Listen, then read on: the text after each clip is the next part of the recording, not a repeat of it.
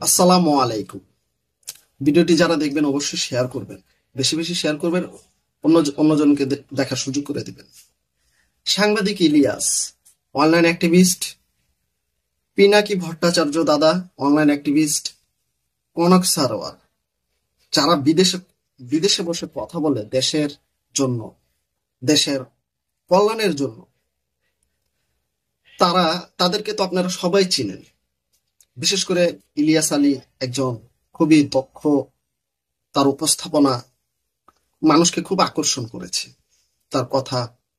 এবং কি পাশাপাশি পিনাকি ভট্টাচার্য দাদার কথাও কিন্তু মানুষকে আকর্ষণ করেছে, তার উপস্থাপনা আকর্ষণ করেছে, মনোমুগ্ধকর তিনি কথা বলেন, অনেক ইনফরমেশন দিয়ে, অনেক তথ্য ব্যাখ্যা দিয়ে কথা বলেন। তিনজনেই একই কথা বলেন। তাদের বিষয়ে তাদের ভুল ত্রুটি থাকতে পারে, তারা ভুল করেছে, ভুল ত্রুটি থাকতে পারে, কিন্তু এই না যে তাদেরকে আমরা টোটালি বাংলাদেশে বসে তাদের বিরুদ্ধে ঢালাওভাবে বক্তব্য রাখতে পারি। এটা কোনোভাবেই কাম্য নয়, এটা কোনোভাবেই ঠিক নয়। কারণ দেখুন, আমাদের ভিতরে ভুল থাকবে, সেই ভুল সংশোধন করার কাজ আমাদের নিজেদের ভিতরে রাখতে হবে। এবং কি আমরা সমালোচনা করব, কিন্তু এমন ভাবে করব না যে তার বিরুদ্ধে গিয়ে আবার আমার দেশের ক্ষতি হয়ে যাচ্ছে, এমন ভাবে সমালোচনা করা যাবে না। বা এই সুযোগটা অন্যজন কাজে লাগাতে পারে, সেই সুযোগটাও অন্যজনকে দেয়া যাবে না।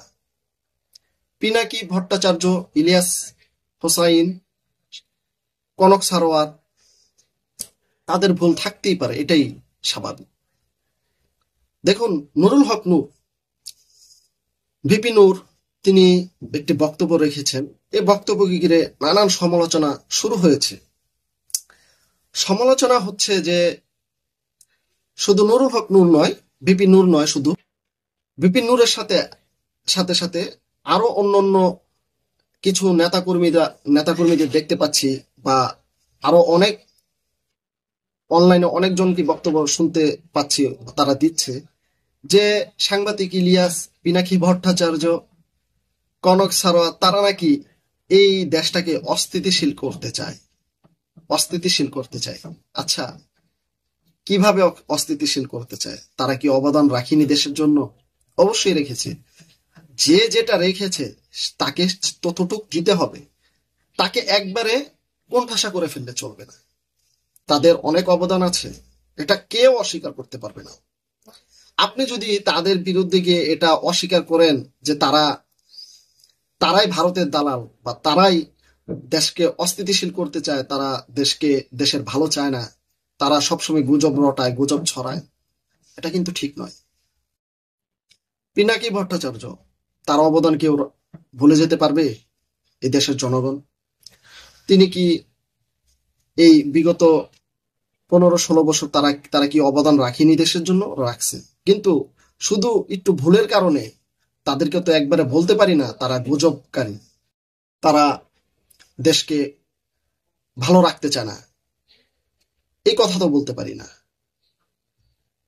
এই কথা বলতে গেলে এই সুযোগটাই আপনাকে দিয়ে, আপনি যখন এই কথা বলবেন, আপনাকে দিয়ে এই সুযোগটা অন্যজন কাজে লাগাবে। যে এই কনক সারোয়ার, এই ইলিয়াস হোসাইন, এই পিনাকি ভট্টাচার্য, এরাই তো ওই সমস্ত লোকদের হুমকি। ওই হুমকি থেকে নিজেদেরকে বাঁচাতে, তাদের তাদের প্ল্যানিং অনুযায়ী তাদের রাস্তা ক্লিয়ার করার জন্য আপনাকে দিয়ে তাদের সমালোচনা করাচ্ছে, যাতে মানুষ থেকে তারা যেন বিচ্ছিন্ন হয়ে যেতে পারে। যে সুযোগটা কে করে দিচ্ছে একবার চিন্তা করে দেখুন। তার উপরে আপনার রাগ ক্ষোভ থাকতেই পারে, বা সে ভুল করেছে, তার উপস্থাপনার ভিতরে ভুল আছে, সেটা আপনি মিডিয়ার সামনে এসে প্রকাশ্যে এভাবে দিবালোকে জনগণের সামনে আপনি কথাগুলো না বললেও পারতেন। আপনি যেহেতু একজন রাজনীতিবিদ, আপনার বহু জ্ঞান আছে, আপনি জানেন ভালো কোন জায়গায় বললে ভালো হবে, কোন জায়গায় বললে খারাপ হবে, সেটা আপনি অবশ্যই জানেন। কিন্তু আপনি তাকে আড়ালে বা ফোনের মাধ্যমে একাকিত্ব ভাবে কথা বলে, দুজনে কথা বলে তাদেরকে আপনি সতর্ক করতে পারতেন, ভাই ইলিয়াস ভাই এই জিনিসটা তো খারাপ, এই জিনিসটা তো ভালো না, এটা আপনি উপস্থাপনা করেছেন, এটা ভুল। বা পিনাকি ভট্টাচার্য দাদাকেও বলতে পারতেন, বা তাকে বলতে পারতেন যে দাদা, পিনাকি দাদা এই জিনিসটা তো আপনি কথাটা ভুল বলেছেন দাদা, দেশে তো এরকম কিছু হচ্ছে না, বাংলাদেশে ওই লোকটা তো এরকম না, ওই লোকটা তো এরকম না, বা এই লোকটার ব্যাপারে আপনি এমনি কথা বলবেন, এই লোকটা তো এরকম এরকম চাচ্ছে করতে, একটা ভালো মন্দ একটা কথা আছে না, সেই কথাটা আপনি গুছিয়ে বলতে পারতেন। বা কনক সারোয়ারেও আপনি একাকিত্ব ভাবে ফোনের মাধ্যমে কথা বলতে পারতেন যে কনক ভাই এই লোকটার ব্যাপারে আপনি এরকম কথা বললেন, এই লোকটা তো আসলে এরকম চাচ্ছে না, তাদেরকে বুঝিয়ে বলতে পারতেন যে এরপর থেকে কথা বললে আপনারা একটু সতর্কমূলক ভাবে একটু উচ্চারণ করবেন, যাতে আপনার কথার দ্বারাই যেন অন্যজন বিভ্রান্ত না হয়, বা আপনাদের কথার দ্বারাই যেন অন্য কেউ এই বাংলাদেশকে একটা অস্থিতিশীল করতে না পারে, এটি এভাবে বলতে পারতেন।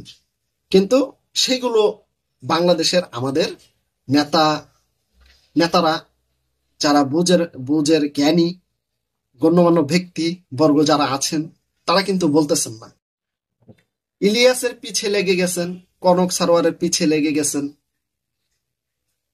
পিনাকি দাদার পিছে লেগে গেছেন। কেন ভাই এগুলো কেন করবেন? তাদের অবদান ভুলতে পারবেন না। আপনার যেমন অবদান এই বাংলাদেশের জন্য আছে, তাদেরও অবদান বাংলাদেশের জন্য আছে। তাদেরকে একবার ফেলে দিতে পারবেন না আপনি? তারা অনেক করেছে, এটা অস্বীকার করতে পারবেন না। এই 15-16 বছর যারাই নির্যাতিত হয়েছে, গণতন্ত্রের নামে যারাই রাজতন্ত্র কায়েম করতে চেয়েছিল, বা যারা ভোট দিতে দিতে পারেনি, ভোট কেড়ে নিয়েছিল, যারা অত্যাচারিত ছিল, তারা কিন্তু সবাই দেশের জন্য কিছু না কিছু করেছে। তারা কিন্তু সবাই দেশের জন্য কিছু না কিছু অবশ্যই করেছে।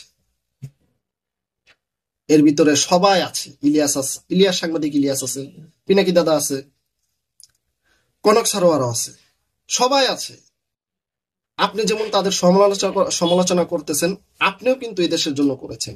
একটু বিবেক খাটাবেন এই জায়গাটায়, এই কথার ভিতরে থেকে একটু বিবেক খাটাবেন। এরপর থেকে যখন আপনারা সমালোচনা করবেন, তখন একটু ভেবেচিন্তে করবেন, কারণ সুযোগ যাতে অন্য কেউ কাজে লাগাতে না পারে, এই জিনিসটা খেয়াল রাখবেন। কিন্তু ইলিয়াসের পিছে লাগবেন না,